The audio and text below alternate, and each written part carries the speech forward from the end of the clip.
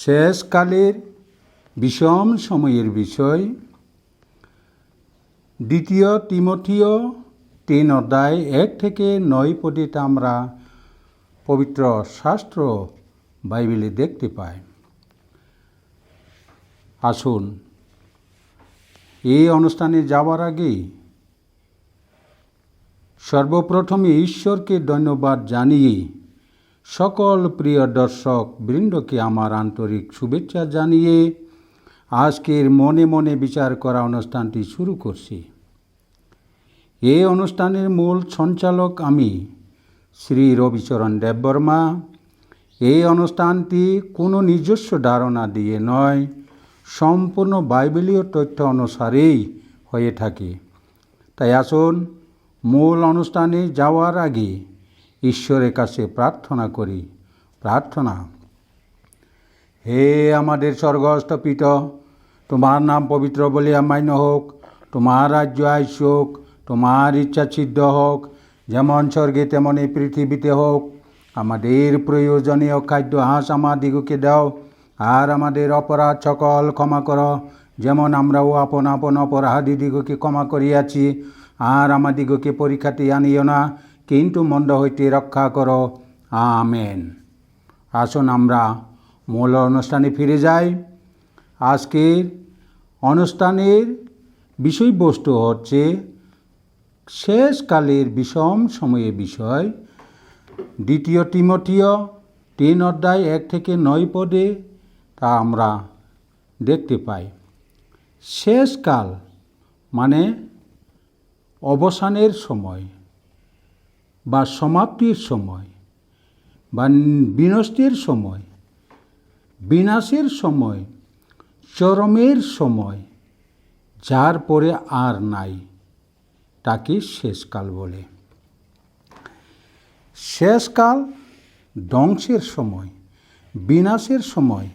বিষম মানে দারুণ, অত্যন্ত, খুব বেশি। সময় মানে কাল, আমল বা যুগ। বিষয় মানে কারণ বা হেতু, যুক্তি। আসুন আমরা মূল বিষয়বস্তুটি আলোচনা করার আগে বাইবেলে কোথায় কোথায় এই শেষকালের কথাটি লেখা আছে তা আমরা দেখি। মতি লিখিত সুসমাচারে 24 অধ্যায়, মার্ক লিখিত সুসমাচারে 13 অধ্যায়, লোক লিখিত সুসমাচারে 13 অধ্যায়ে বাইবেলে তা আমরা দেখতে পাই। এখানে লেখা আছে জেরুসালেমের বিনাশ ও যিশুর পুনরাগমন বিষয়ক ভবিষ্যৎ বাক্য। মতি লিখিত সুসমাচারে 24 অধ্যায় 14 পদে তা আমরা পড়ি।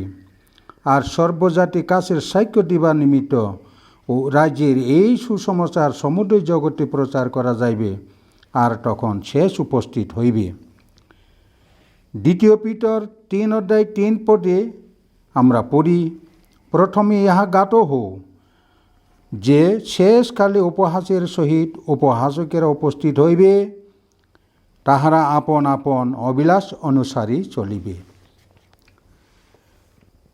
প্রেরিত 2 অধ্যায় 17 পদে তা আমরা পড়ি, শেষকালে এই রূপ হইবে।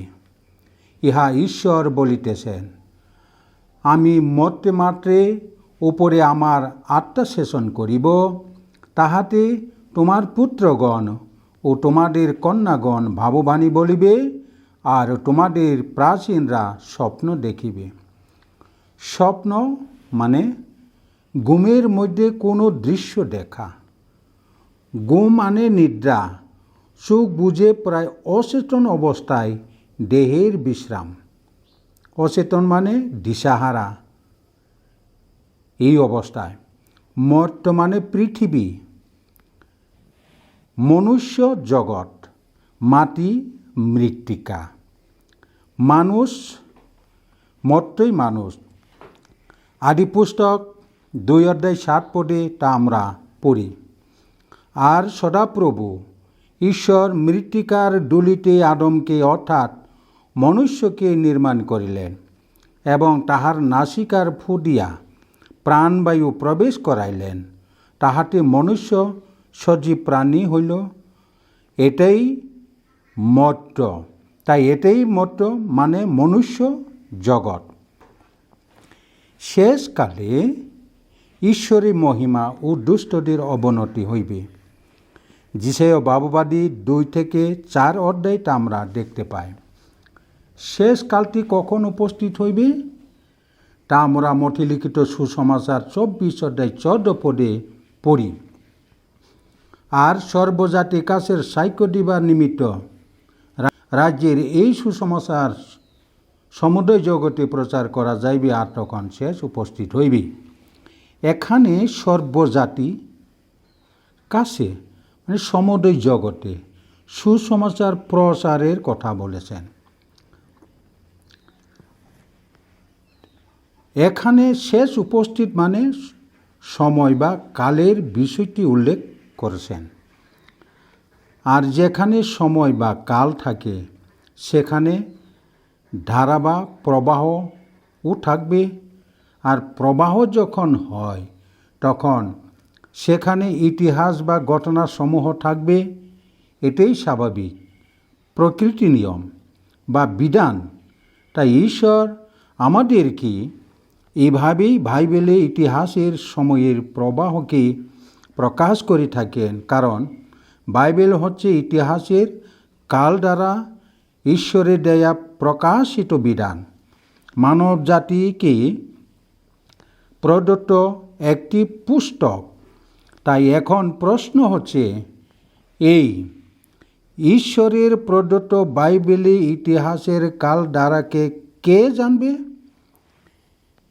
যে বর্তমানের পৃথিবীর বয়স কত, এই বিশ্ব ব্রহ্মাণ্ডকে সৃষ্টি করতে কত সময় লেগেছে এবং এই সব সৃষ্টিকর্তাকে সর্বশেষ এই পৃথিবীর আয়ু কত হতে পারে ইত্যাদি ইত্যাদি প্রশ্ন।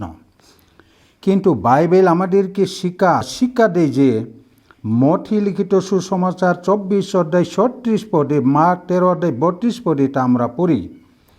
কিন্তু সেই দিনে ও সেই দণ্ডের তত্ত্ব কেউই জানে না, স্বর্গের দূতগণও জানে না, পুত্রও জানে না, কেবল পিতা জানেন। এখানে বাইবেল বলছেন কেবল পিতা জানে। পিতা হচ্ছে ঈশ্বর। তাই ঈশ্বরকে এখন আমরা কোথায় পাইবে? তাহলে কি এই পৃথিবীর মানুষ কি কেহই বলতে পারবো না? এমন কি হইবে? আসুন এখন আমরা তা অনুসন্ধান করে দেখি বাইবেলে। তা বাইবেল কি বলে? ঈশ্বর বা পিতা কে? যোহন লিখিত সুসমাচার 1 অধ্যায় 1 পদে তা আমরা পড়ি, আদিতে বাক্য ছিলেন এবং বাক্য ঈশ্বরের কাছে ছিলেন এবং বাক্য ঈশ্বর ছিলেন। বা যদি আমরা আরও সহজভাবে বুঝতে চাই তাহলে এইভাবে বলতে পারি, বাক্য পিতা ছিলেন। আমরা আরও বলতে পারি বাইবেল পিতা ছিলেন। তাহলে এখন আমরা বলতে পারি না যে সেই দণ্ডের বা সেই দিনের তত্ত্ব কেবল বাইবেল জানেন? তাতে কোনো ভুল হবে? মনে হয় না ভুল হবে বলে, কারণ বাইবেল হচ্ছে আত্মিক পুস্তক।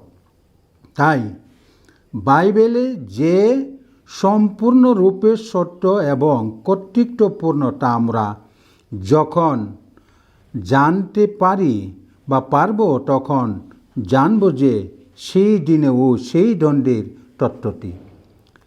তাই আসুন আমরা আরও বাইবেলের সত্য বাক্যটি বুঝতে চেষ্টা করি। বাইবেল হচ্ছে ঈশ্বরের দেয়া আজ্ঞা বা আদেশ পুস্তক। তাই তো পিতা বা বাইবেল বলেন, নিশ্চয়ই প্রভু সদাপ্রভু আপনার দাস ভাববাদীগণের নিকট আপন গৌর মন্ত্রণা প্রকাশ না করিয়া কিছুই করেন না। আমোস পুস্তকে 3 অধ্যায় 7 পদে তা আমরা বাইবেলে দেখতে পাই। এই নীতি সমূহ এই নীতি সমূহ মনে রেখে আমরা জানব যে পৃথিবীর ইতিহাসের শেষ ঘটনা বা সেই দিনে ও সেই দণ্ডের তত্ত্বটি তাই আমরা প্রত্যাশা করতে সক্ষম হয়েছি। যেমন বাইবেল বলে, যে ব্যক্তি আজ্ঞা পালন করে সে কোনো মন্দ বিষয় জানিবে না। আর জ্ঞানবানের মন সময়ও বিচার জানে। বস্তুত সমস্ত ব্যাপারের জন্য সময়ও বিচার আসে, কারণ মানুষের দুঃখ তাহার পক্ষে অতিমাত্র। কেননা কি ঘটিবে তাহা সে জানে না, কি প্রকারে বা ঘটিবে তাহাকে কে জ্ঞাত করিতে পারে। উপদেশক 8 অধ্যায় 5 থেকে 7 পদটা আমরা দেখতে পাই। আসুন আমরা আরও বাইবেলে দেখি। উপদেশক 8 অধ্যায়ে সেই দণ্ডের বিষয়টি প্রথম থিসেলনিকীয় 5 অধ্যায় 2 থেকে 6 পদে আরও দৃঢ়রূপে প্রকাশিত হয়, তা এখন আমরা পড়ি। প্রথম থিসেলনিকীয় পুস্তকের 5 অধ্যায় 2 থেকে 6 পদে তা আমরা পড়ি। কারণ তোমরা নিজেরা বিলক্ষণ জানো, রাত্রিকালে যেমন চোর তেমনি প্রভুর দিন আসিতেছে। লোকে যখন বলে শান্তি ও অভয়, তখনই তাহাদের কাছে যেমন গর্ভবতী প্রসব বেদনা উপস্থিত হইয়া থাকে, তেমনি আকস্মিক বিনাশ উপস্থিত হয়, আর তাহারা কোনো ক্রমে এড়াইতে পারিবে না। কিন্তু ভাতৃগণ, তোমরা অন্ধকারে নও, যে সেই দিনে সুরেই তোমাদের উপরে আসিয়া পড়িবে। তোমরা তো সকলে দীপ্তির সন্তান ও দিবসের সন্তান। আমরা রাত্রেও নয়, অন্ধকারেও নয়। অতএব আইসো আমরা অন্য সকলের নেই নিদ্রা না যাই, বরং জাগিয়া থাকি ও মিতসারী হয়। এই পদগুলিতে আমরা বুঝতে পারি যে যাদের জ্ঞান দর্শন দ্বারা সন্তুষ্ট অথবা এই ধারণাটি পোষণ করেন যে বিচার দিনকে তাদের ভয় করা প্রয়োজন নেই, তাই তাদের জন্য খ্রিস্ট রাতে চুরি নিয়ে আসিবে। অপরদিকে যারা জাগিয়ে থাকে, অর্থাৎ সুস্থির মন আসে, ঈশ্বর তাদেরকে একটি নতুন আত্মার জন্ম দিয়ে পুনরুত্থিত আত্মা দেন। তাই তারা শেষকালের সম্পর্কে অনেক কিছু জানবে বা সক্ষম হবে। তা এদের মধ্যে আপনিও একজন হতে পারেন, যদি ঈশ্বর আপনাকে তার দাস বানিয়ে থাকেন। তাই আপনি একজন তার প্রহরীও হইবেন। তাই সেই প্রহরী বা দাস বাইবেল থেকে অনেক কিছু তথ্য জানবে। তাই তারা ঈশ্বরের প্রকৃত সুসমাচার প্রচার করবে, যেমন বাইবেলের দেওয়া শেষকালে বিষয়টিকে। এখন আসুন আমরা বাইবেলের তথ্যগুলি আরও অনুসন্ধান করে দেখি। কিন্তু সেই দিনে ও সেই দণ্ডের তত্ত্ব কেহই জানে না। স্বর্গের দূতগণও জানে না, পুত্রও জানে না, কেবল পিতা জানেন। মঠে লিখিত সুসমাচার 24 অধ্যায় 36 পদেটা আমরা দেখতে পাই। কেবল পিতা জানেন মানে কেবল বাইবেল জানেন। মঠে লিখিত সুসমাচার 24 অধ্যায় 37 পদেটা আমরা পড়ি। বাইবেল বা ঈশ্বর এখানে কি বলছেন? বাস্তবিক নুহের সময়ে যে রূপ হইয়াছিল, মনুষ্যপুত্রের আগমনও তদ্রূপ হইবে। বাস্তবিক মানে যথার্থ বা প্রকৃত বা আসল বা সত্য। যে রূপ মানে যেই রকম, যেমন তদ্রূপ সেই রকম তেমনই হইবে। মঠে লিখিত সুসমাচার 24 অধ্যায় 42 পদে তা আমরা পড়ি এখন। অতএব জাগিয়া থাকো, কেননা তোমাদের প্রভু কোন দিন আসিবেন তাহা তোমরা জানো না। মঠে লিখিত সুসমাচার 24 অধ্যায় 38 পদে তা পড়ি।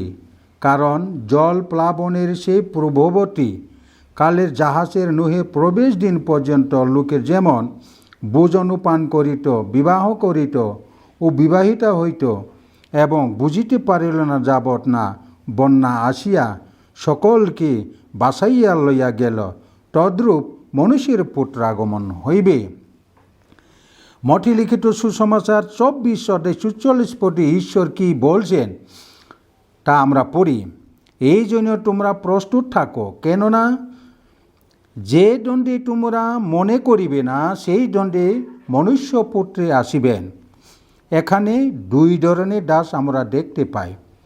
একদিকে বিশ্বস্ত ও বুদ্ধিমান দাস, অপরদিকে সেই দুষ্ট দাসকে। বুদ্ধিমানের দাস হচ্ছে উপযুক্ত সময়ের খাদ্য দেয়, আর দুষ্ট দাস হচ্ছে মত্ত লোকেদের সঙ্গে ভোজন পান করিতে আরম্ভ করে। দুষ্ট দাস মথি লিখিত সুসমাচার 24 অধ্যায়টা আমরা দেখতে পাই। এখন প্রশ্ন হচ্ছে যে ঈশ্বরের কাছে আপনি এবং আমি বর্তমানে কি? ঈশ্বরের একজন বুদ্ধিমানের দাস বা প্রহরীর এবং কে বা দুষ্ট দাস বা চোর বা শয়তান, তা ঈশ্বর আমাদেরকে পরীক্ষা করতে বলেছেন। 2 করিন্থীয় 13 অধ্যায় 5 পদেটা আমরা পড়ি, আপনাদের পরীক্ষা করিয়া দেখো তোমরা বিশ্বাসে আসো কিনা, প্রমাণার্থে আপনাদেরই পরীক্ষা করো। অথবা তোমরা কি আপনাদের সম্বন্ধে জানো না যে যীশু খ্রিস্ট তোমাদিগতে আসেন, অবশ্যই যদি তোমরা অপ্রামাণিক না হও। দানিয়েল 12 অধ্যায় 9 থেকে 10 পদে আমরা পড়ি, তিনি কহিলেন, হে দানিয়েল, তুমি প্রস্থান করো, কেননা শেষকালের পর্যন্ত এই বাক্য সকল রুদ্ধ ও মুদ্রাঙ্কিত থাকিবে। অনেকে আপনাদিগকে পরিষ্কৃত ও শুক্ল করিবে এবং পরীক্ষা সিদ্ধ হইবে, কিন্তু দুষ্টেরা দুষ্টাচরণ করিবে, আর দুষ্টদের মধ্যে কেহ বুঝিবে না, কেবল বুদ্ধিমানেরাই বুঝিবে। এখানে বুদ্ধিমান মানে যার গান আছে, গানী বা গান। তাই এখন প্রশ্ন হচ্ছে, এই গান কোথায় পাবে, কোথায় থেকে আসবে? উত্তর হবে বাইবেল থেকে। বাইবেলে হিতোপদেশ 1 অধ্যায় 7 পদেটা আমরা দেখি। আসুন আমরা তা পড়ে দেখি। সদাপ্রভু বয় গানের আরম্ভ, অজ্ঞানেরা প্রজ্ঞা ও উপদেশ তুচ্ছ করে। বয় মানে বিপদের জন্য কষ্টকর মানসিক প্রতিক্রিয়া, বৃত্তি বা বিপদ, বড় রকমের ক্ষতি আশঙ্কার বা বিপন্ন, এটাকে বই বলে। অজ্ঞান গান হারিয়ে ফেলছে এমন অবুট, কিছুই জানে না, দিশাহারা, পাগল, মত্ততা, নেশাগ্রস্ত এমন লোক। বই মানে বিপদ, আর বিপদই হচ্ছে ঈশ্বরের বিচার। প্রকাশিত বাক্য 14 অধ্যায় 7 পদে তা এখন আমরা পড়ি, তিনি উচ্চরবে এই কথা কহিলেন, ঈশ্বরকে বই করো ও তাহাকে গৌরব প্রদান করো, কেননা তাহার বিচার সময় উপস্থিত। যিনি স্বর্গ, পৃথিবী, সমুদ্র ও জলের অনুই সকল উৎপন্ন করিয়াছেন, তাহার ভজনা করো। ভজনা মানে এখানে ঈশ্বর আমাদিগকে শিক্ষা দেয়। এই পৃথিবীতে 2 ধরনের লোক আছে, একটি হচ্ছে দুষ্ট লোক, দ্বিতীয়টি হচ্ছে বুদ্ধিমানের লোক। আর দুষ্টদের মধ্যে কেহই বাইবেলে আর্থিক বিষয় বুঝিবে না, কিন্তু বুদ্ধিমানেরা তা বুঝবে। আর দুষ্টদের মধ্যে বাইবেলে আর্থিক বিষয়ে যোগ করবে না বা করে না। তাই দুষ্টদের মধ্যে কেহই বাইবেলের বিষয় ভালো করে বুঝতে পারবে না। 1 করিন্থীয় 2 অধ্যায় 13 পদে তা পড়ি, আমরা সকল বিষয়ের কথা মানসিক শিক্ষানুরূপ গানের বাক্যধারা নয়, কিন্তু আত্মার শিক্ষানুরূপ বাক্যধারা কহিতেছে, আর্থিক বিষয়ে সহিত যোগ করিতেছে। তা আমরা 1 করিন্থীয় 2 অধ্যায় 13 পদে দেখতে পাই। বাইবেল আমাদেরকে শিক্ষা দেয় যে নিশ্চয়ই প্রভু সদাপ্রভু আপনার দাস ভাববাদীগণের নিকট আপনার গৌর মন্ত্রণা প্রকাশ না করিয়া কিছুই করেন নাই। তা আমরা পবিত্র শাস্ত্র বাইবেলে দেখতে পাই। কারণ যে ব্যক্তি আজ্ঞা পালন করে সে কোনো মন্দ বিষয় জানিবে না, আর গানবানের মন সময়ও বিচার জানে। বস্তুত সমস্ত ব্যাপারের জন্য সময়ও বিচার আসে, কারণ মানুষের দুঃখ তাহার পক্ষে অতিমাত্র। কেননা কি ঘটিবে তাহা সে জানে না, কি প্রকারই বা ঘটিবে তাহাকে কে জ্ঞাত করিতে পারে। তাই তো একমাত্র ঈশ্বরের তার বাক্য বাইবেলে মধ্যে তা এই বুদ্ধিমান দাসদের জানাইবেন, কিন্তু দুষ্ট দাসদেরকে নয়। আর এই বুদ্ধিমান দাসকে ঈশ্বর তার প্রহরী নিযুক্ত করিবেন। জিহিজকেল 33:2-9 তা আমরা দেখতে পাই। আর সেই প্রহরী তুরি বাজাইবে এবং পৃথিবীর শেষকালে বিষয়টিকে অপরিত্রাণ প্রাপ্তদের সতর্ক করতে বুদ্ধিমান দাসদের সক্ষম হবে। যেমন বর্তমানে পৃথিবীর বয়স কত, পৃথিবীর সৃষ্টি কবে হয়েছে এবং পৃথিবীর আয়ু কত হবে, এসব নোহের সময়ের কখন বন্যা হয়েছিল, পৃথিবীর সৃষ্টি পরে বা যীশু খ্রিস্টের জন্মের পূর্বে কত খ্রিস্টাব্দ পূর্বে এই পৃথিবীতে নোহের সময় বন্যা হয়েছিল, এইসব। আব্রাহামের জন্ম কখন হয়েছে। বাহ্যিকভাবে ঈশ্বরের রাজ্যকে প্রদর্শনের জন্য এইভাবে যখন আমরা বাইবেলে ইতিহাসের বিষয় জানতে হলে তার কালের বিষয়টিকেও জানতে হবে। আর যখন আমরা ইতিহাসের কালধারাকে বুঝতে হলে তার শব্দ এবং সংখ্যাকেও বুঝতে হবে। তাই বাইবেল হচ্ছে একটি আত্মিক পুস্তক। আর যখন বাইবেল আত্মিক পুস্তক তখন তার আত্মিক সংখ্যাও থাকবে। যেমন কয়েকটি উদাহরণ দিয়ে তুলে ধরছি। 3 সংখ্যা ঈশ্বরের উদ্দেশ্য। যাত্রা পুস্তক 34:23 তা পড়ি, বৎসরের মধ্যে 3 বার তোমাদের সমস্ত পুরুষ লোক ইসরায়েলের ঈশ্বর প্রভু সদাপ্রভুর সাক্ষাতে উপস্থিত হইবে। তার মানে বৎসরের মধ্যে 3 বার, এই 3টি হচ্ছে ঈশ্বরের উদ্দেশ্য। যাত্রা পুস্তক 19:11 তা আমরা পড়ি, আর তৃতীয় দিনের জন্য সকলের প্রস্তুত হোক, কেননা তৃতীয় দিনের সদাপ্রভু সকল লোকের সাক্ষাতের সিনাই পর্বতের উপরে নামিয়া আসিবেন। যাত্রা পুস্তক 23:14 তুমি বৎসরের মধ্যে 3 বার আমার উদ্দেশ্যে উৎসব করিও। মানে এখানে লেবীয় 16:5 তা আমরা পড়ি সে ইসরায়েলের সন্তান গণের মণ্ডলীর নিকটে পাপাত্মক বলিরূপে 2টি শাক ও হোমাত্মক বলিরূপে 1টি মেষ লইবে। মহাপ্রাচিত্য দিনের ব্যবস্থা এখানে 2টি শাক মানে 2টি মানুষকে এবং 1টি মেষ মানে প্রভু যীশু খ্রিস্টের প্রতিনিধিত্বকে বোঝাচ্ছেন। যখন যীশু খ্রিস্টকে ক্রুশে টাঙ্গানো হয়েছিল তখন তার সাথে আরও 2 জন মানুষকে ক্রুশবিদ্ধ করা হয়েছিল, তাই তখন ছিল মোট 3 জন। এই 3 সংখ্যাটি হচ্ছে ঈশ্বরের উদ্দেশ্য। পিতর যিশুকে 3 বার অস্বীকার করেন। মতি লিখিত সুসমাচার 26:75 তা আমরা দেখতে পাই।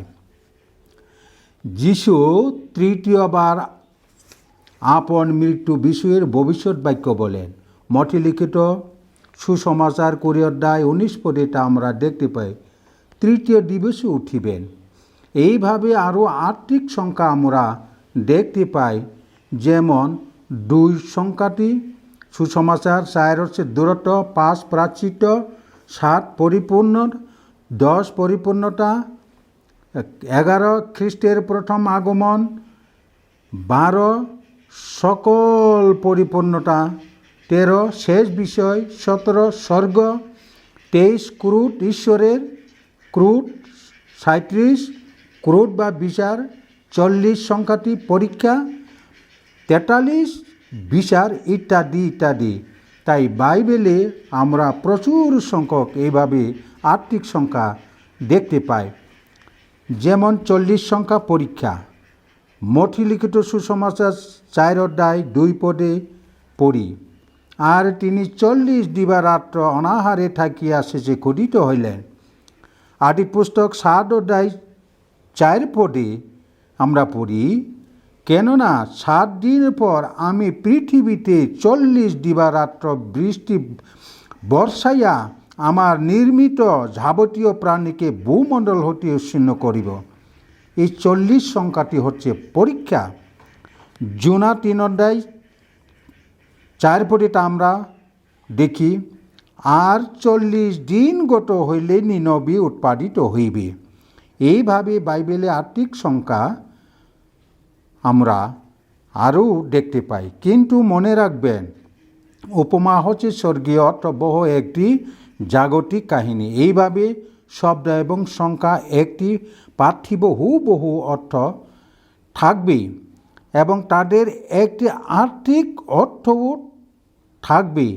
এইভাবে 3 সংখ্যাটি ঈশ্বরের উদ্দেশ্যকে বোঝায়, 40 সংখ্যাটি পরীক্ষাকে বোঝায়।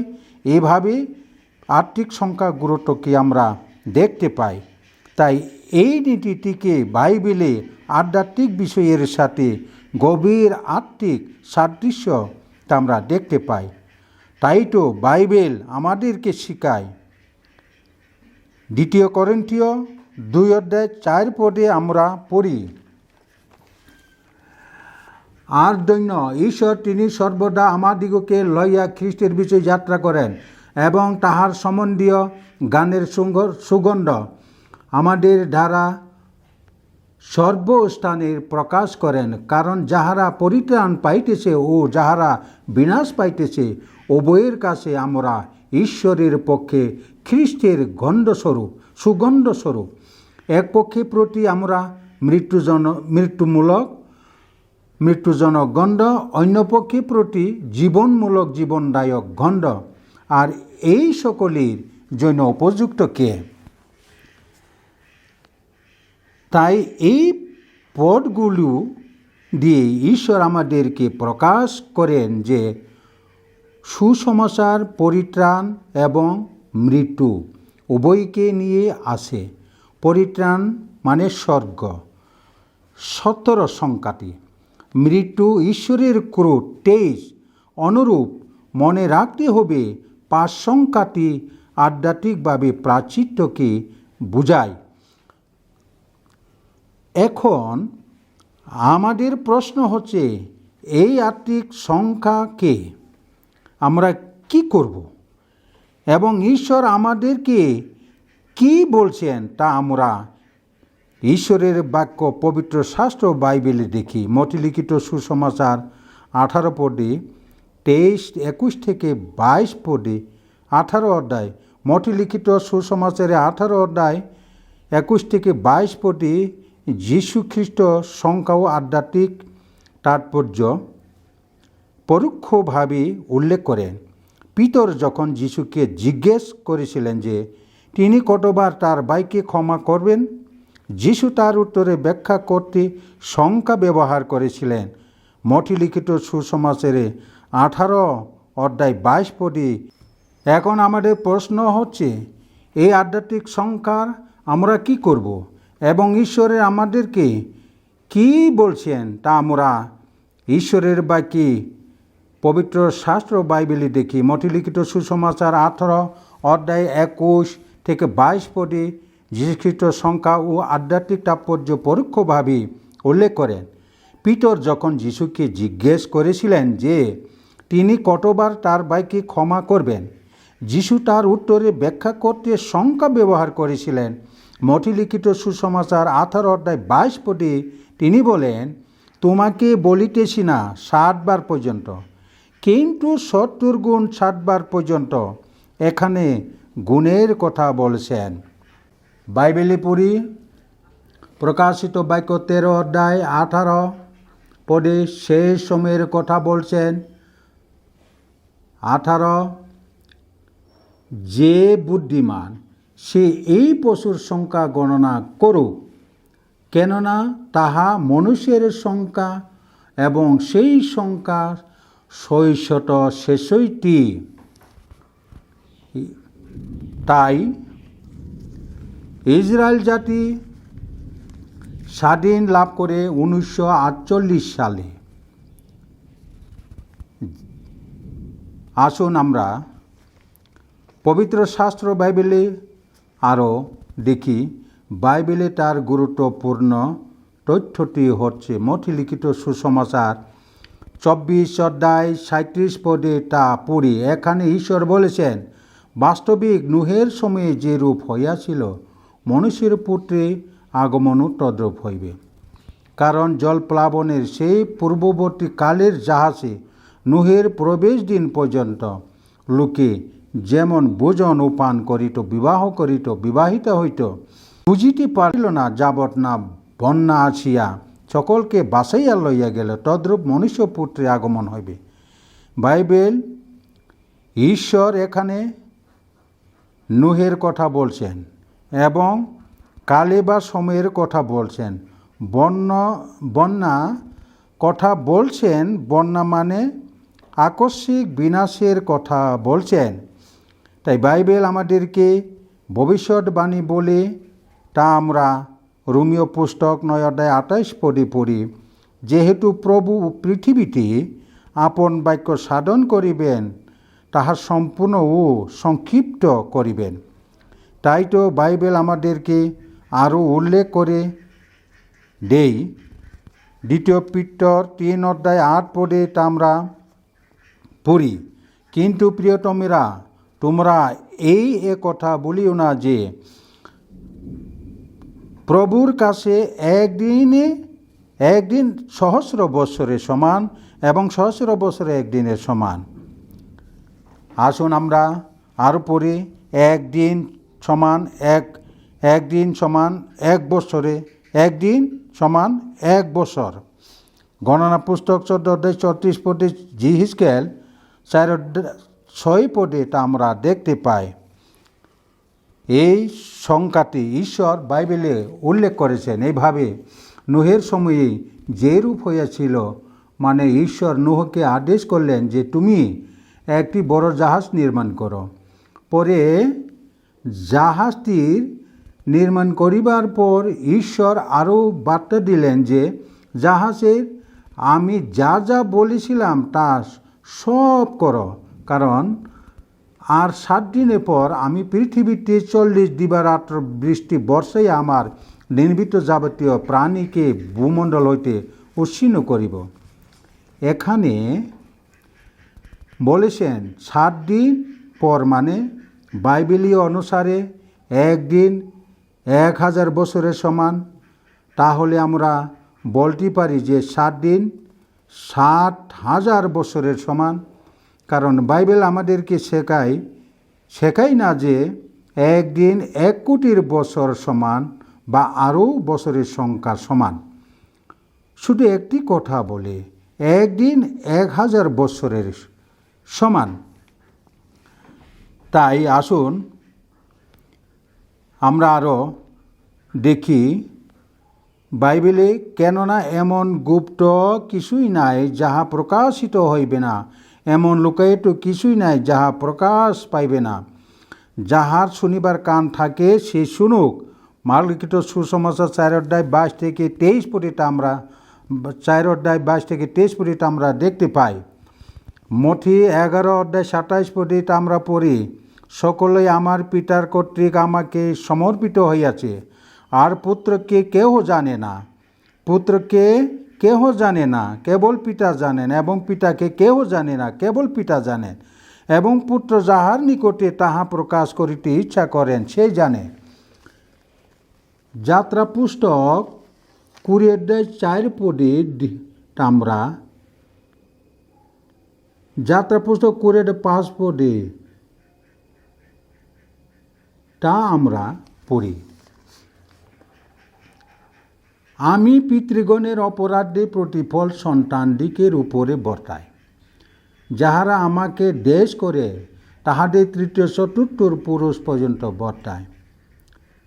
কিন্তু জিহিজকেল পুস্তকের 18:20 তা আমরা দেখতে পাই, তা আমরা পড়ি, যে প্রাণী পাপ করে সে মরিবে, পিতার অপরাধ পুত্র বহন করিবে না, ও পুত্রের অপরাধ পিতা বহন করিবে না। ধার্মিকের ধার্মিকতা তাহার উপরে বর্তিবে, দুষ্টদের দুষ্টতা তাহার উপরে বর্তিবে। মতি লিখিত সুসমাচার 10:37 পড়ি, যে কেহ পিতা কি মাতাকে আমার হইতে অধিক ভালোবাসে, সে আমার যোগ্য নয়, এবং যে কেহ পুত্র কি কন্যাকে আমার হইতে অধিক ভালোবাসে, সে আমার যোগ্য নয়। ইফিসীয় 6:4 আমরা পড়ি, আর পিতারা তোমরা আপন আপন সন্তানদিগকে ক্রুদ্ধ করিও না, বরং প্রভুর শাসনে ও চেতনা প্রধানে তাহাদিগকে মানুষ করিয়া তোল। ক্রুদ্ধ মানে রাগ, রাগের বিপরীত শব্দ হচ্ছে প্রেম বা ভালোবাসা। যোহন লিখিত 5:31-32 আমরা পড়ি, সত্য সত্য আমি তোমাদিগকে বলিতেছি, যে বিশ্বাস করে সে অনন্ত জীবন পাইয়াছে। আমি জীবন খাদ্য। যোহন লিখিত সুসমাচার 6:47-48 তা আমরা দেখতে পাই।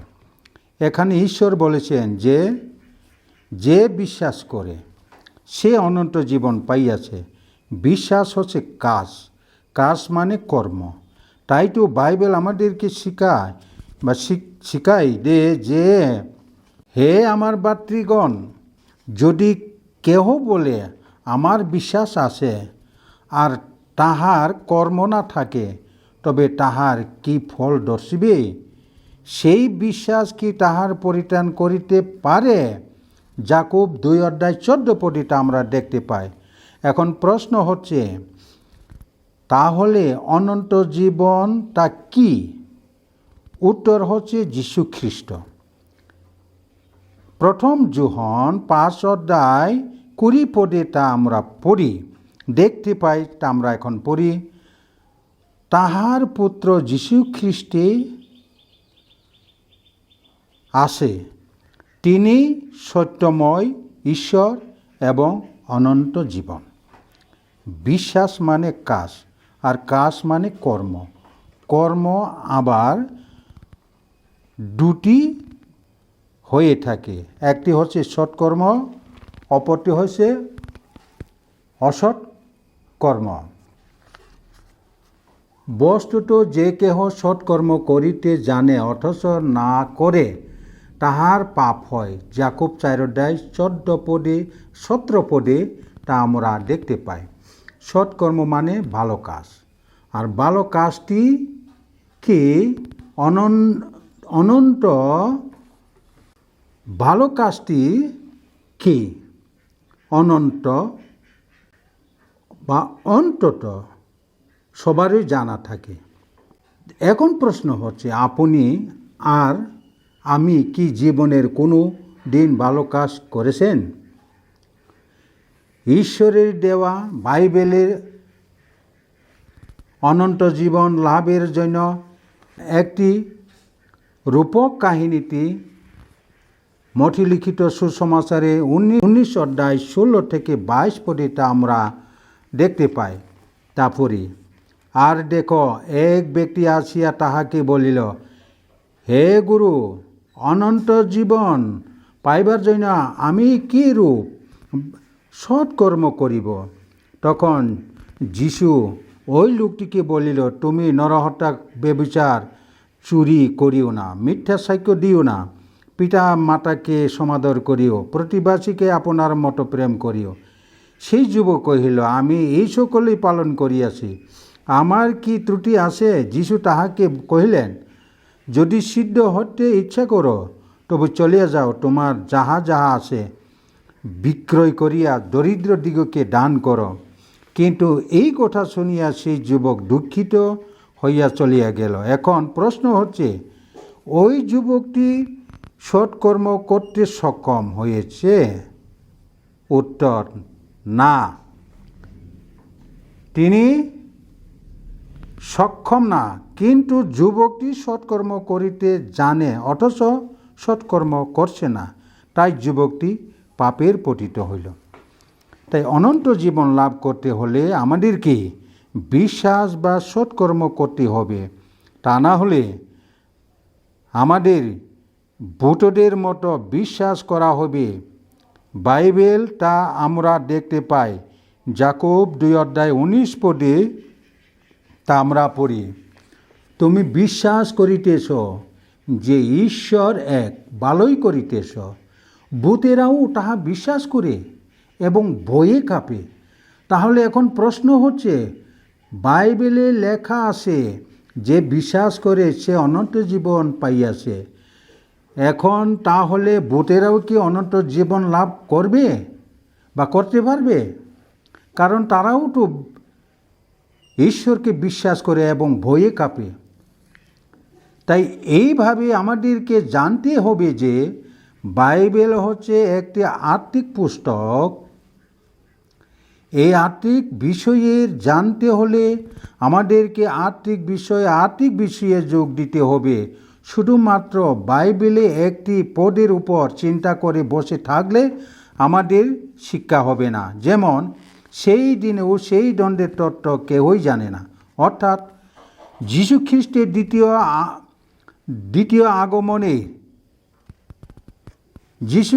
দ্বিতীয় আগমন বা পৃথিবীর শেষকালের বিষয় কেউ জানতে পারবে না।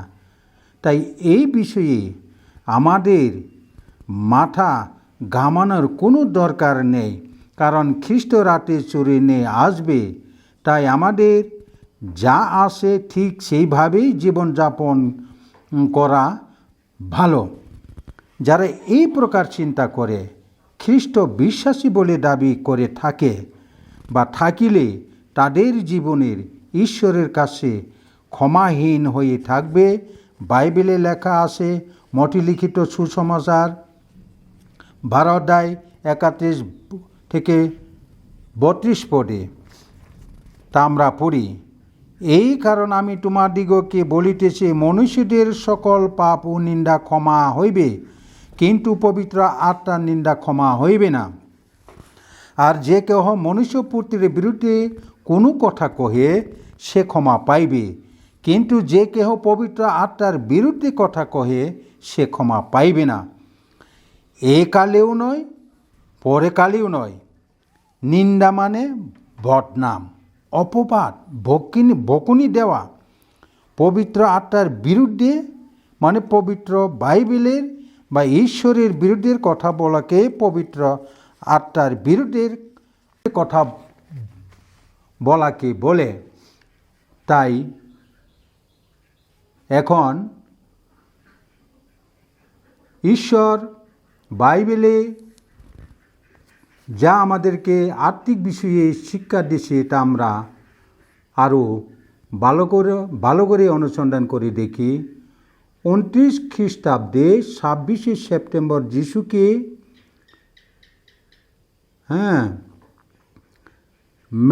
ঈশ্বরের মেষ শাবক রূপে আনুষ্ঠানিকভাবে ঘোষণা করেন। এটাকে বাইবেলে তিসরি বলে।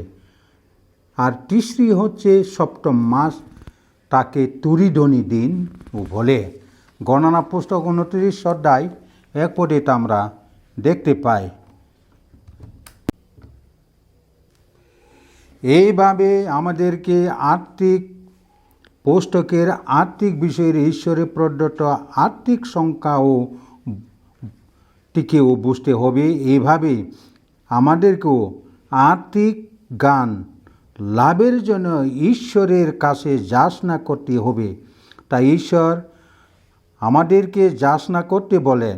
মতে লিখিত সুসমাচার 7 অধ্যায় 7 পদে তা আমরা পড়ি, যাচনা করো তোমার দিগকে দেওয়া যাইবে, অন্বেষণ করো পাইবে, ধারে আঘাত করো তোমাদের জন্য খুলিয়া দেওয়া যাইবে।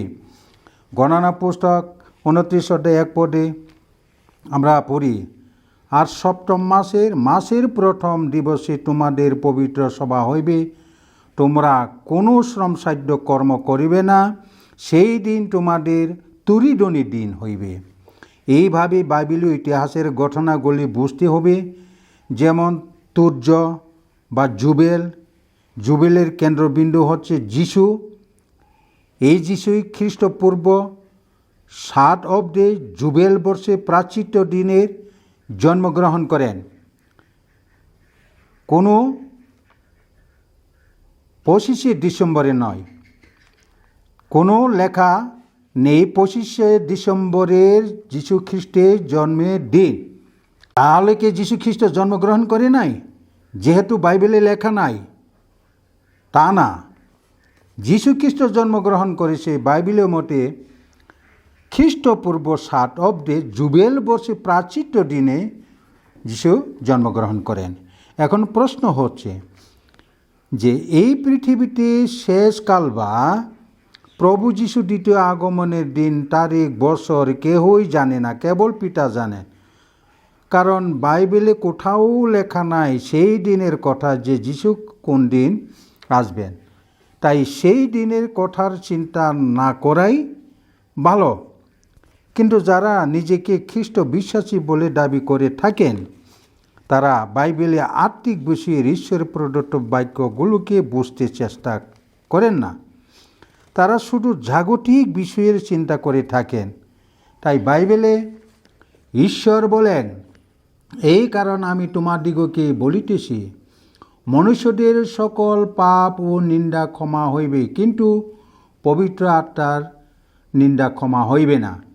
আর যে কেহ মনুষ্যপুত্রের বিরুদ্ধে কথা কহে সে ক্ষমা পাইবে, কিন্তু যে কেহ পবিত্র আত্মার বিরুদ্ধে কথা কহে সে ক্ষমা পাইবে না, ইহকালেও নয় পরকালেও নয়। মতে লিখিত সুসমাচার 12 অধ্যায় 31 থেকে 32 পর্যন্ত আমরা দেখতে পাই। এখানে দুটি বিষয় স্পষ্ট যে পবিত্র আত্মা নিন্দার, পবিত্র আত্মার বিরুদ্ধে। আত্মার নিন্দা, আত্মার মানে ঈশ্বর বা বাইবেলকে, বাইবেলে বাক্য। নিন্দা মানে বদনাম, অপবাদ, বকুনি, নিন্দুক, মিথ্যুক। আত্মার বিরুদ্ধে মানে সে আত্মার বিরুদ্ধে প্রতিকূল, বিরুদ্ধী, উল্টো, বিপরীত, বাইবেলের বিপরীত। যারা বাধা দেয়, আটকায়, বাইবেলের কথাকে উড়িয়ে দেয়, নিজের বাক্যকে তারা সংযুক্ত করে সুসমাচার হিসাবে প্রচার করে, এইসব আত্মার বিরুদ্ধে কাজ বলে। এই কারণ যারা প্রভু যীশু খ্রিস্টের দ্বিতীয় আগমনে সেই দিন ও সেই দণ্ডের তত্ত্ব কেউই জানে না, কেবল পিতা জানেন, এই কথাটি বললেই আত্মার বিরুদ্ধের কথা বলা হয়ে থাকে। তাই ঈশ্বর তাদেরকে ক্ষমা করবে না, ইহকালেও নয় পরকালেও নয়। কারণ তারা বাইবেলের বিরুদ্ধে কথা বলছেন, ঈশ্বরের নিন্দা করছেন, ঈশ্বরের বিরোধিতা কাজ করছেন। কারণ সেই দিন ও সেই দণ্ডের তত্ত্বকে জানবার জন্য ঈশ্বর তার বুদ্ধিমান দাসকে প্রহরী নিযুক্ত করবেন। আর সেই দাস তুরিধ্বনি রূপে সর্বজাতির কাছে সাক্ষ্য দিবার নিমিত্ত সমগ্র জগতে প্রচার করবে, পৃথিবীর এক প্রান্ত থেকে পৃথিবীর অপর প্রান্ত পর্যন্ত সেই দণ্ডের তত্ত্ব বিষয়টিকে।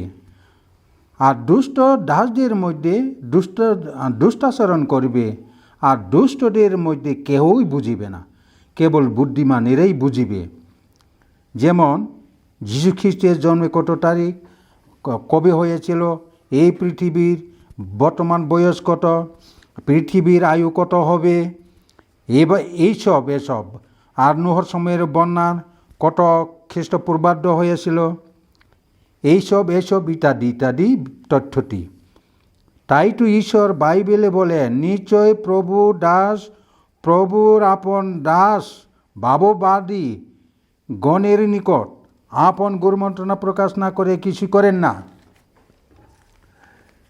তাই তো এই শেষকালের ঈশ্বরে তার বুদ্ধিমান দাস বা প্রহরীকে আর্থিক সুখ খুলে দিয়ে আর্থিক জ্ঞান প্রদান করে এই সারা বিশ্বে সমুদয় জগতে প্রচার করাইবেন। তাকেই প্রহরী নিযুক্ত করে পৃথিবীর এক প্রান্ত থেকে অপর প্রান্ত পর্যন্ত ঈশ্বরের সুসমাচার প্রচার করাইবে। এর মধ্যে আপনিও একজন হতে পারে, যদি আপনি একজন মনোনীত ঈশ্বরের প্রজা হয়ে থাকে।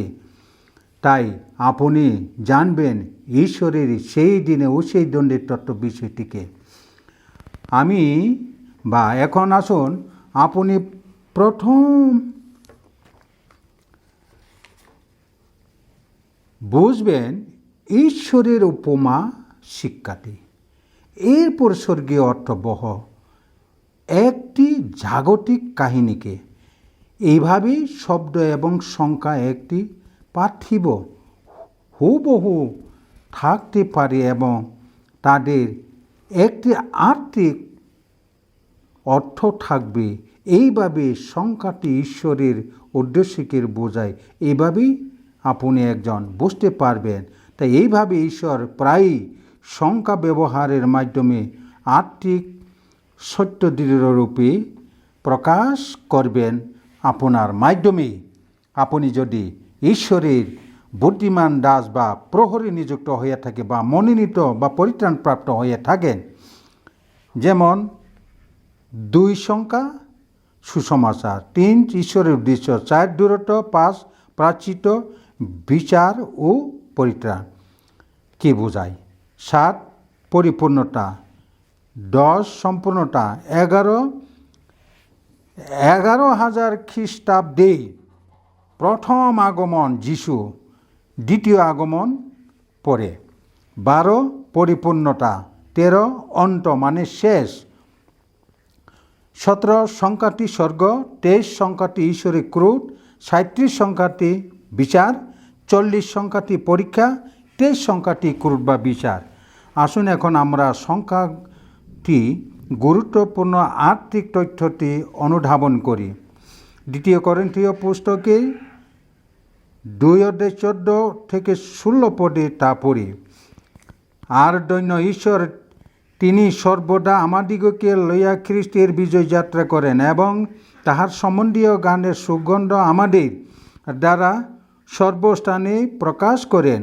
কারণ যাহারা পরিত্রাণ পাইতেছে ও যাহারা বিনাশ পাইতেছে, উভয়ের কাছে আমরা ঈশ্বরের পক্ষে খ্রিস্টের সুগন্ধ স্বরূপ। এক পক্ষে প্রতি আমরা মৃত্যুজনক গন্ধ, অন্য পক্ষে প্রতি জীবনমূলক জীবনদায়ক গন্ধ। আর এই সকলের জন্য উপযুক্তকে এই নীতিটিকে শেষ কালের বিষয়ে নাটকীয় রূপে দেখতে পাই। এখানে আর্থিক সংখ্যাটি হচ্ছে প্রায়শ্চিত্ত 5, স্বর্গ 17, বিচার 23। এখন প্রশ্ন হচ্ছে, এই সংখ্যাটিকে এখন কিভাবে এবং ঈশ্বর কি বলছেন? আসুন মঠে লিখিত সুসমাচার 18:21 থেকে 22 পদে ঈশ্বর কি শিক্ষা দেয় তা আমরা পড়ি। পিতর যখন যিশুকে জিজ্ঞেস করেছিলেন যে তিনি কতবার তার ভাইকে ক্ষমা করবেন, যিশু তার উত্তর ব্যাখ্যা করতে সংখ্যা ব্যবহার করেছিলেন 22 পদে তিনি বলেন, তোমাকে বলিতেছি না 60 বার পর্যন্ত, কিন্তু 60 গুণ 70 বার পর্যন্ত। তাই আমরা এই পদের উপর ভিত্তি করে ওই সংখ্যাটি গুণ করতে পারি। প্রাচিত্য সংখ্যা 5 গুণন স্বর্গ সংখ্যা 17 গুণ বিচার সংখ্যা 23 গুণ সমান সমান 1955, মানে 5 পূরণ 17 পূরণ 23 সমান সমান 1955। বাইবেলে যুগ বিয়োগের কথা উল্লেখ আছে। প্রকাশিত বাক্য 22:18-19 পদে আমরা দেখতে পাই।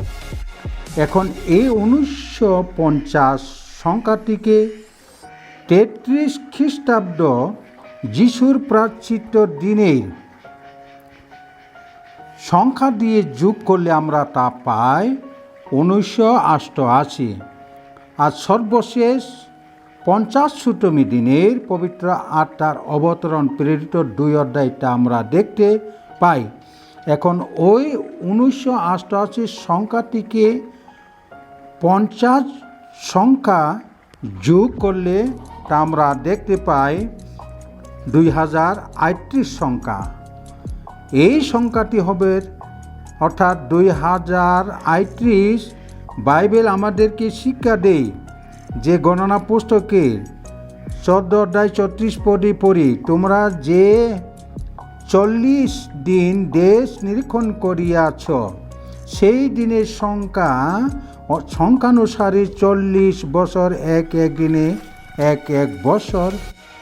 জিহিজকেল পুস্তকের 4 অধ্যায় 6 পদে ওটা আমরা দেখতে পাই।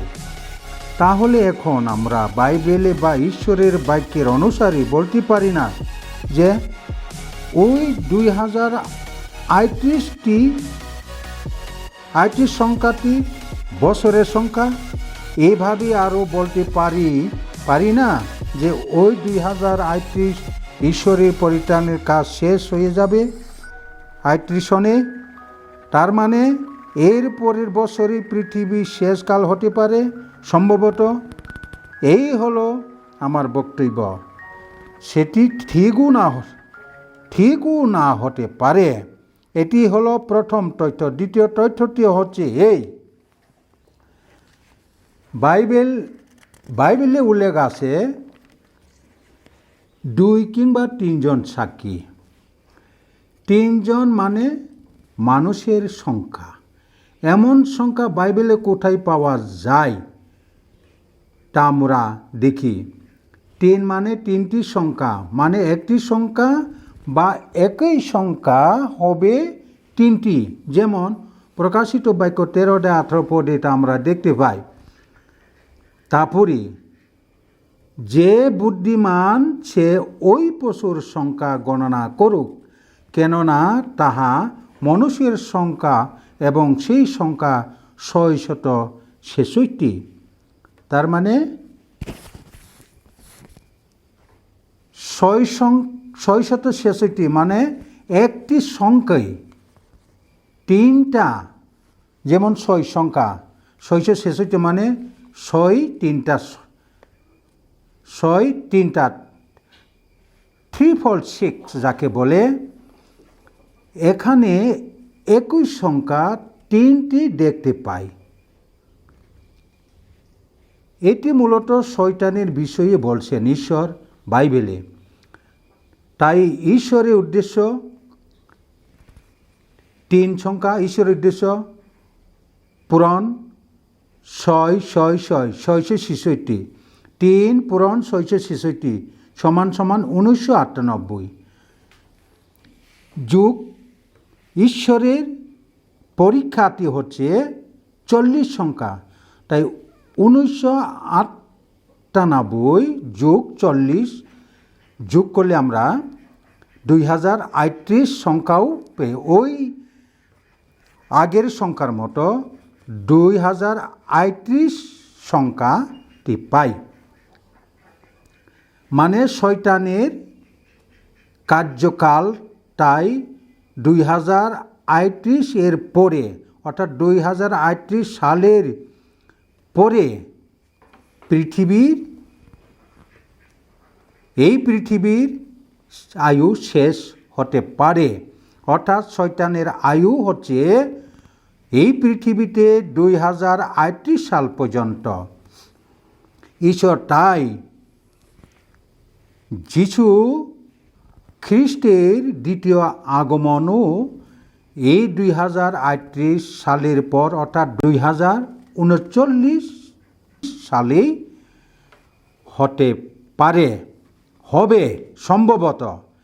তৃতীয় তথ্যটি হচ্ছে জাগতিক কাহিনী। যেমন ইসরায়েল জাতি হচ্ছে ঈশ্বরের পরিত্রাণের পরিকল্পনায় একটি মূল কেন্দ্রবিন্দু। তাই এই ইসরায়েল জাতি সর্বশেষ উদ্ধার বা স্বাধীনতা লাভ করে 1948 সালে 14 মেতে। আর এই ইসরায়েলের জাতির মূল কেন্দ্র হচ্ছে সারা। এই সারা ঈশ্বরের প্রতিজ্ঞা অনুসারে 90 বছর বয়সে প্রায়শ্চিত্ত করতে হয়েছে, মানে ঈশাকে জন্ম দিয়ে পরিত্রাণ লাভ করে। তাই এখানে হবে 1948 যোগ 90 সমান 2038 সাল। তাই এই জগতের ঈশ্বরের মনোনীতরা পরিত্রাণ লাভ করবে 2038 সাল পর্যন্ত, সালের মধ্যে। এর পরের বছর তাদের স্বর্গে নিতে হবে 2029 সালে। তাই এই পৃথিবী সম্ভবত আয়ু হবে 2039 সালেই। আদি পুস্তক 17 আমরা পড়ি, তখন আব্রাহাম উবুর হইয়া পড়িয়া হাসিলেন, মনে মনে কহিলেন, 60 বর্ষ বয়স্ক পুরুষের কি সন্তান হইবে? আর 90 বছর বয়স্কা সারা কি প্রসব করিবে? তাই এখানে এই 90 বছরটা গুরুত্ব দেই। চতুর্থটি আরও শেষকালের বিষয় খুব গুরুত্বপূর্ণ তথ্য দেই। যেমন বাইবেলে লেখা আছে, মঠে লিখিত সুসমাচার 14:37 ও 38 পদে তা আমরা পড়ি। বাস্তবিক নুহের সময়ে যেরূপ হয়েছিল, মনুষ্যপুত্রের আগমনও তদ্রূপ হইবে। কারণ জল প্লাবনের সেই পূর্ববর্তী কালে জাহাজের নুহে প্রবেশ দিন পর্যন্ত লোকে যেমন পান করিত, বিবাহ করিত, বিবাহিত হইত এবং বুঝিতে পারিল না, যাবৎ না বন্যা আসিয়া সকলকে বাসাইয়া লইয়া গেল, তদ্রূপ মনুষ্যপুত্রের আগমন হইবে। নুহের সময় বাইবেলে উল্লেখ করা আছে। আদি পুস্তক 7:4 পদে তা আমরা পড়ি। ঈশ্বর এখানে কি বলছেন তা আমরা পড়ি, কেননা 7 দিনের পর আমি পৃথিবীতে 40 দিবারাত্র বৃষ্টি বর্ষাইয়া আমার নির্মিত যাবতীয় প্রাণীকে ভূমণ্ডল হইতে উচ্ছিন্ন করিব। তখন নূহ সদাপ্রভুর আজ্ঞানুসারে সকল কর্ম করিলেন। ঈশ্বর বাইবেলে আরও নীতিপূর্ণ তথ্যটি আমাদেরকে শিক্ষা দেয়। 2 পিতর 3:8 পদে তা আমরা পড়ি, কিন্তু প্রিয়তমেরা, তোমরা এই এক কথা বলিও না যে প্রভুর কাছে একদিন 1000 বছরের সমান এবং 1000 বছর একদিনের সমান। এখানে কোনো কোটি লক্ষ বছরে উল্লেখ নাই, শুধু একদিন 1000 বছরের সমান, 1000 বছর একদিনের সমান বিষয়ে বলছেন ঈশ্বর। এখন যদি আমরা বাইবেলীয় তথ্য অনুসারে বলি যে 7 দিন সমান 7,000 বছর হইবে, অর্থাৎ 7 দিন সমান 60,000 বছর সমান। এই 60,000 বছর কখন থেকে ধরা হবে? তা হবে নুহের জল প্লাবন সময়কাল থেকেই ধরতে হবে। বাইবেল তাই আমাদেরকে শিক্ষা দেয়। তাই আমরা জানি নুহের জল প্লাবন সংঘটিত হয় 4990 খ্রিস্টপূর্ব অব্দে। আসুন এখন তা আমরা হিসাবটি করি যে 7 দিন পরে মানে 60,000 বৎসর পরে, কারণ বাইবেল বলে একদিন 1000-এর সমান, মানে 7 দিন 60,000-এর সমান, 60 বছরের সমান। এখন আসুন তা আমরা হিসাব করি দেখি। হিসাবটি এই রকম হবে, 60,000 বছর থেকে 4,990 বছর মানে জল প্লাবনের বছর যদি বিয়োগ করে, তাহলে অর্থাৎ জল প্লাবন বছর থেকে যদি আমরা নুহের সময়ে জল প্লাবন থেকে এই পৃথিবীতে 7,000 বছর কবে হবে যদি যখন আমরা হিসাব করি, তখন পাই 2010 সাল অব্দে। অর্থাৎ নুহের জল প্লাবনে থেকে 60,000 বছর পূর্ণ হতে 2010 সাল অব্দে হবে। মানে নুহের বন্যা থেকে 60,000 বছর পূর্ণ হতে 2010 সালের পর্যন্ত সময় লাগে। এই 2010 সালকে প্রভু যীশু খ্রিস্টের সুসমাচারের শুরু সাল বা খ্রিস্টের সুসমাচারের শুরু সাল দিয়ে যোগ করলে আমরা পাই 29 খ্রিস্টাব্দ। ঈশ্বরের সুসমাচার, প্রভু যীশু খ্রিস্টের সুসমাচার প্রচার সময় কাল হচ্ছে 29 খ্রিস্টাব্দে।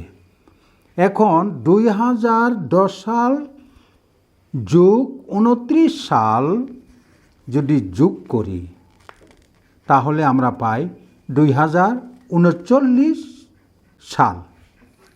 তাই 2039 সালটি হবে সম্ভবত পৃথিবীর শেষকাল, বা এই হলো পবিত্র শাস্ত্র বাইবেলে সেই দিনে ও সেই দণ্ডের তথ্য বিষয়ের তথ্য। এই তথ্যটি আপনাদের পক্ষে ভুল তথ্যও হতে পারে, আপনাদের পক্ষে ভুল তথ্যও হতে পারে। তাই সবার কাছে ক্ষমা প্রার্থী হয়ে আজকের মনে মনে বিচার করা অনুষ্ঠানটি এখানেই শেষ করছি। পরিশেষে আমার একটি অনুরোধ প্রিয় দর্শকবৃন্দকে, কারণ আমি একজন জনজাতি বংশের লোক, ত্রিপুরা রাজ্যের বাসিন্দা, তাই আমি বাংলা ভাষার শুদ্ধভাবে বলতে না পারায় সবার কাছে ক্ষমা চেয়ে নিলাম। তাই আসুন আমরা এই অনুষ্ঠানটি শেষ করার পূর্বে ঈশ্বরের কাছে প্রার্থনা করি। হে আমাদের স্বর্গস্থ পিতা, তোমার নাম পবিত্র বলিয়া মান্য হোক, তোমার রাজ্য আইসুক, তোমার ইচ্ছা সিদ্ধ হোক, যেমন স্বর্গে তেমনি পৃথিবীতে হোক। আমাদের প্রয়োজনীয় খাদ্য আজ আমাদিগকে দেও, আর আমাদের অপরাধ সকল ক্ষমা করো, যেমন আমরাও আপন আপন অপরাধীদিগকে ক্ষমা করিয়াছি। আর আমাদিগকে পরীক্ষাতে আনিও না, কিন্তু মন্দ হইতে রক্ষা করো। আমেন।